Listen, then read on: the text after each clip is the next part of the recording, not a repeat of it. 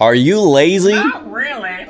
Not you, dick. Oh, fuck my hand. Macro recorder. Tired of only being able to delete one emails at a time? Let macro recorder shoulder the work. Want to play a game but don't have the patience to wait on Steam? Macro recorder. No issue for macro recorder. It's a robot. It isn't alive. Firstly, macroing isn't just for video games. I do it on games a lot, but that's just for convenience sake. You could literally macro so many things. There's hundreds of different macro creating programs, but I'm just going to show you the basics of my favorite one. Literally just called Macro Recorder. Google Macro Recorder, and it should be one of the first links. It's macrorecorder.com. When it comes to packages, I recommend professional, and you'll need to ask why, because I already did the work and we already confirmed that you were lazy. Here, let's just go look at the macro recorder program and go over each of the functions, and then we'll make a couple macros. Okay, from first to last.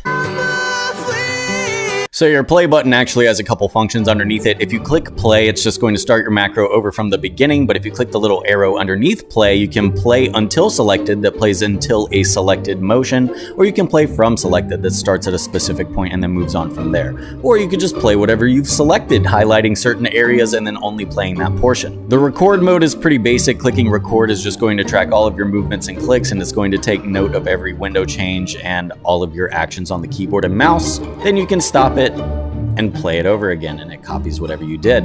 The mouse section allows you to do left, right, middle clicks, double clicks, single clicks. For text and key, you can add certain key presses, like if you have an ability on a certain number in a game, you can choose for that button to be pressed in a certain order, or you have output text that mimics whatever you put in this text box, so that if you wanted to type an entire paragraph for like guild recruitment or something, whenever it gets to that point in the macro, it's just going to go over the text that you put in the box. The wait button adds a time interval between whatever action you have selected and the next action, but there's several different types of things you can wait for. You could wait for a certain pixel color to come on a certain part of the screen. You could wait for a hotkey to be pressed. You could wait for a text input, or you could wait for an entirely different file to be opened or closed. So whenever you click on the detect image tool, it's going to bring up this box with a bunch of different things. All you really need to know is this little button that says capture bitmap. Clicking that is going to let you draw a box over a certain image or word anywhere on your desktop. Here it's up to you to decide which factors of your macro being recorded are actually being put in your macro. Like if you don't want it to record your mouse movements,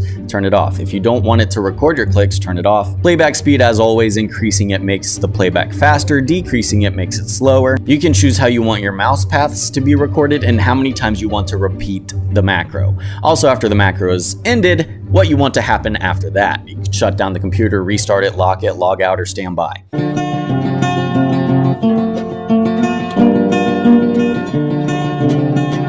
Okay, now that you know what all the buttons do, let's make one. What's something we could do? Maybe you don't want to open Chrome, type in Gmail, and then look under your important folder. Then it's too much work, man. Click record, record yourself opening Chrome, do things somewhat slow. I mean, it's just more accurate the slower you go.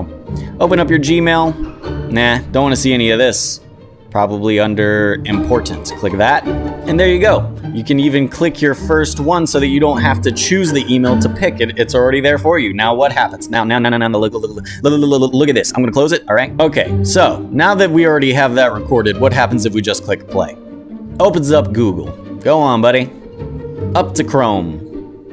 And let me check out those important ones. Man, my fingers would have been killing me if I had to do this manually. Go ahead and open up that first one for me. So I will just let you know. So if I close macro recorder, pretend I just turned on my computer, this little shortcut here that says test is the one I just did. Opens it instantly, click play. Make your coffee, fuck your wife, doesn't matter. And that about does it for this one, y'all. That should give you all the basis you need to get started and go ahead and practice making your own macros. Maybe you're pre-registered for a game and you want to have some bots down by the time it comes out. Go ahead and just start making some scripts. Macro your life, automate everything. I don't care. I don't do anything anymore. This thing does 99% of my work for me.